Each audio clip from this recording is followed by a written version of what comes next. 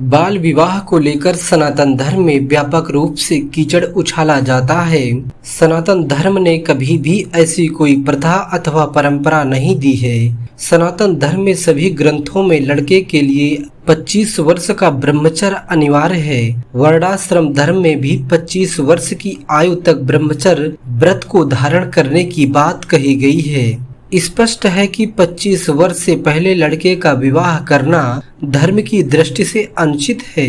हम यह कैसे भूल सकते हैं कि इस देश में स्वयंवर प्रथाएं भी होती थी। जब तक कन्या विचारों में परिपक्व नहीं होगी, अर्थात वह मानसिक रूप से मजबूत नहीं होगी, वह कन्या स्वयंवर की भीड़ में अपने पति का चयन कैसे कर पाएगी। इससे भी यह स्पष्ट है कि सनातन धर्म में बाल विवाह जैसी कोई प्रथा कभी नहीं रही। सनातन धर्म के ग्रंथों में मनुष्य के आयु के प्रमाण का निर्णय करते समय एक बहुत ही अच्छी वैज्ञानिक धारणा देखने को मिलती है। धार्मिक मत से जिस वर्ष की आयु में बालक को यौन संबंधी ज्ञान प्राप्त होता है, उसी आयु के वर्ष को 5 से गुणा करने पर उस बालक की आयु का प्रमाण होता है। 25 वर्ष का ब्रह्मचर्य, उसके उपरांत विवाह, अर्थात 25 को 5 से गुणा किया तो गुणनफल 125 आया। शास्त्रों के अनुसार मनुष्य की आयु का प्रमाण 125 वर्ष ही आता है।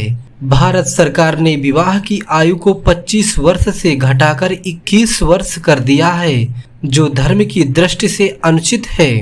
वर्तमान समय में टीवी, रेडियो और अश्लील साहित्य का प्रभाव बालक के जीवन में उसे लगभग 13 वर्ष की आयु में ही यौन संबंधी ज्ञान प्रदान करा देता है।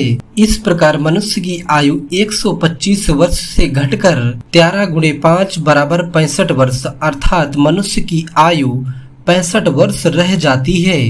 आधुनिकता की इस भाग दौड़ में कुछ बुद्धिजीवी लोग, जिनका कहना है कि यौन का ज्ञान बचपन में ही बालकों को दिया जाना चाहिए, संभवतः वह मनुष्य की आयु को कीट पतंगों और भुनगों की आयु के बराबर लाना चाहते हैं। बाल विवाह गुलामी की देन है। जब देश गुलाम हुआ तो यहाँ के निवासियों की भोली बच्चियों से विदेशी अपने हरम सजाने लगे, जिसके भय से विस्थापित संस्कृति को बाल विवाह का सहारा लेना पड़ा। जल्दी से विवाह कर दो, कहीं विदेशी जबरन हमारी बच्ची से अपना हरम ना सजा ले। इस भय से ब्रह्मचर्य आश्रम को समाप्त किया, स्वयंवर प्रथाओं को समाप्त कर दिया, इसके स्थान पर बाल विवाह शुरू कर दिए।